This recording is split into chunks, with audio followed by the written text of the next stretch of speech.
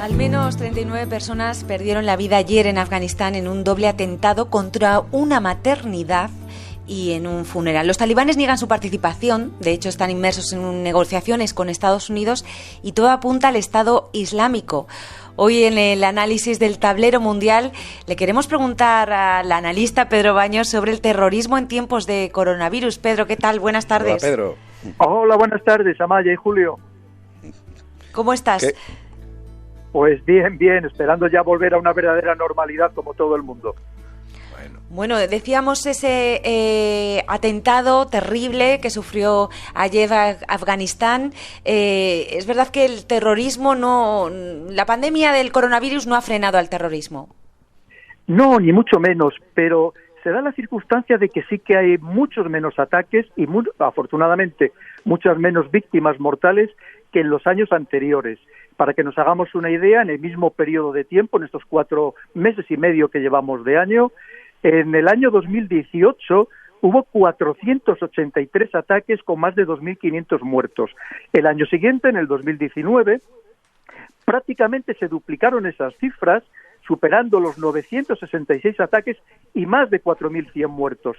Y en cambio, en lo que llevamos de año, incluyendo efectivamente el último atentado, los 2 últimos atentados en Afganistán, de esta misma mañana, que nos hemos desayunado con ellos, se elevan a solo 40 ataques, que por supuesto ojalá no hubiera ninguno, y de 819 fallecidos. Estamos hablando de 10 veces menos que en el año 2018 y casi 25 veces menos de ataques que en el año 2019. Quiere decir que el coronavirus también ha debido confinar a los terroristas, afortunadamente. Pues esto es sin duda una buena noticia. Lo que yo no sé si habría alguna manera de que esto se sostuviera en el tiempo, ¿no? Pues es muy difícil, Amaya, porque hay muchísimos componentes, no solamente de intereses, digamos, de expansión geopolítica, de expansión mundial, de ese salafismo, yihadismo tan sumamente terrible, sino también hay intereses locales que ahora podemos ir desgranando.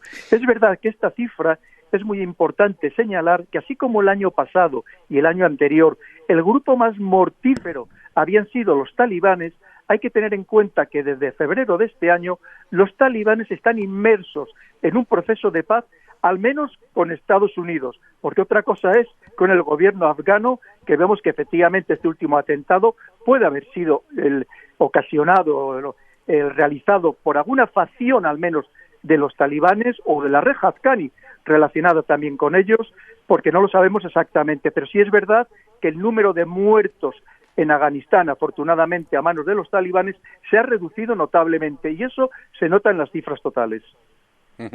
Oye, Pedro, se da de todas formas una circunstancia llamativa. Según el Observatorio Internacional de Estudios sobre Terrorismo, resulta que los terroristas han cambiado un poco su comportamiento para adaptarse a la situación, que incluso intentan ganarse el favor de la gente repartiendo material de protección. Y me estoy acordando ahora de unas declaraciones que hacía Roberto Saviano hará un par de semanas, autor de Gomorra, que algo parecido pasaba con la mafia, que estaban invirtiendo en material sanitario, lavanderías. A ver, ¿hay un intento de lavar su situación, su causa, su lo que sea? Esto en realidad es un clásico, Julio. Todo este tipo de organizaciones lo que intentan crear es un estado paralelo e incluso proporcionando, sobre todo a las poblaciones o a los barrios más desprotegidos, menos atendidos por el gobierno, intentan precisamente proporcionarles todas aquellas ayudas que precisan. Eso es un clásico, por ejemplo, Hezbollah, que es uno de los grupos que efectivamente ha realizado este mismo de acciones, de proporcionar material sanitario, incluso de levantar hospitales es proceso para tratar el coronavirus. Lo ha hecho exactamente igual los talibanes, intentando crear ese estado paralelo, o también, por ejemplo, es lo que realiza habitualmente Hamás. Y, por supuesto, también la mafia. Al final, la mafia hay que tener en cuenta que era querida por alguna parte de la población porque proporcionaba unos recursos que el Estado como tal no proporcionaba por haber desatendido o abandonado a esa parte precisamente de la población.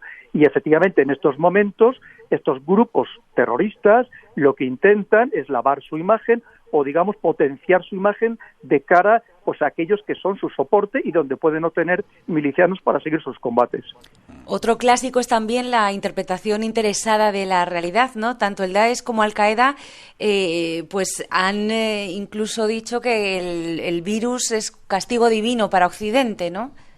Claro, además se han alegrado muchísimo de que todos estos lugares de perdición, que son los lugares que ellos atacaban, no se nos olvide, como puede ser las discotecas, pensamos lo que fue los terribles atentados en París. Claro, atacar en lo que ellos consideran un concierto, o sea, que se cierren los conciertos, las discotecas, los bares, esos lugares de pecado, para ellos es un logro, en cierto modo, ¿no? Y efectivamente han dicho pues que claro, que esto era un castigo divino contra los pecadores, estos que estamos ya perdidos completamente, de los occidentales. También es verdad que inicialmente cuando surge en China, pues dicen que eso era un castigo contra China por tener subyugados a los uigures, estamos hablando de los habitantes musulmanes que están en el Turkmenistán oriental, en el Xinjiang, y también posteriormente cuando le sucede a Irán por decir que son unos herejes, porque son chiíes y no son sunís como la mayoría, son la inmensa mayoría de todos estos grupos terroristas. O sea, interpretaciones a la carta, ¿no? Sí, no, es que estoy pensando que hay otra más sofisticada también. Hay grupos de neonazis en Estados Unidos que aseguran que el virus es un invento de la ONU para acabar con la población blanca.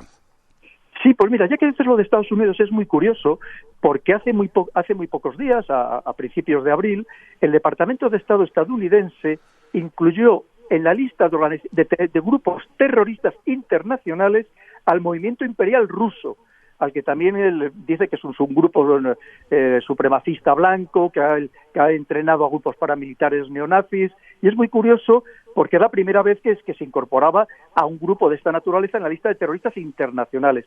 Es verdad que Estados Unidos ya hacía tiempo que tenía en su lista de terroristas domésticos, tenía a grupos supremacistas blancos, pero nunca había pasado con un grupo que no fuera estadounidense. También es verdad que hay que decir, Julio y Amaya, que esto de las listas de terroristas es muy sui generis, y os voy a contar. Allá a finales de los 90, a principios del año 2000, por ejemplo, la UCK, este grupo albano-kosovar, por 2 veces entró y salió de la lista de grupos terroristas de Estados Unidos según interesaba, digamos, su acuerdos políticos con ellos o no. Y de hecho ha pasado una cosa muy curiosa con los talibanes. Los talibanes estaban incluidos, no solamente como grupo, sino también sus principales líderes como terroristas y como grupo terrorista.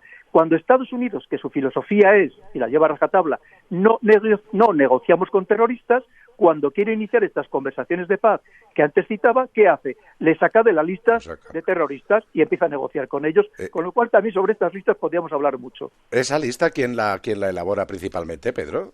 Pues mira, hay unas listas de la Unión Europea, hay listas por países, hay listas de Estados Unidos, hay listas de Naciones Unidas, hay muchas listas que además casualmente no siempre son coincidentes. Por ejemplo, os cuento, antes hablábamos de Hezbollah. Hezbollah, hasta hace muy pocos días, Alemania no lo consideraba grupo terrorista. Como digo, hace muy pocos días lo ha empezado a considerar grupo terrorista y, por tanto, además, por ejemplo, allanó todas sus instalaciones que tenían en Alemania, entró la policía pues para ver qué documentación tenía, ¿no? Como digo, cada país o incluso cada ente internacional pues lo interpreta un poco a su manera. Pasa exactamente igual con Hamas, que no todos lo consideran grupo terroristas, otros sí. En fin, esto ya, como vemos, no nos ponemos de acuerdo ni siquiera para temas tan sumamente importantes como esto.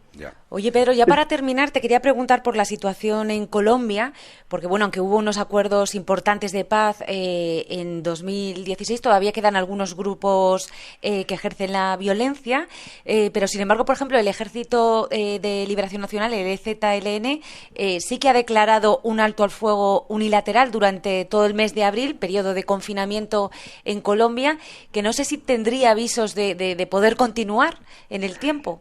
Ojalá continuara. Lo cierto es que no solamente estaríamos hablando del Ejército de Liberación Nacional, que también está muy relacionado o muy metido en el territorio venezolano, estaríamos hablando de las escisiones, que hay muchas de las FARC, que todavía siguen cometiendo muchos atentados, pero lo cierto es que además sigue habiendo víctimas, y víctimas además, pero que por decenas, con líderes sindicales, con líderes políticos, con líderes indígenas, que están haciendo auténticas matanzas en Colombia.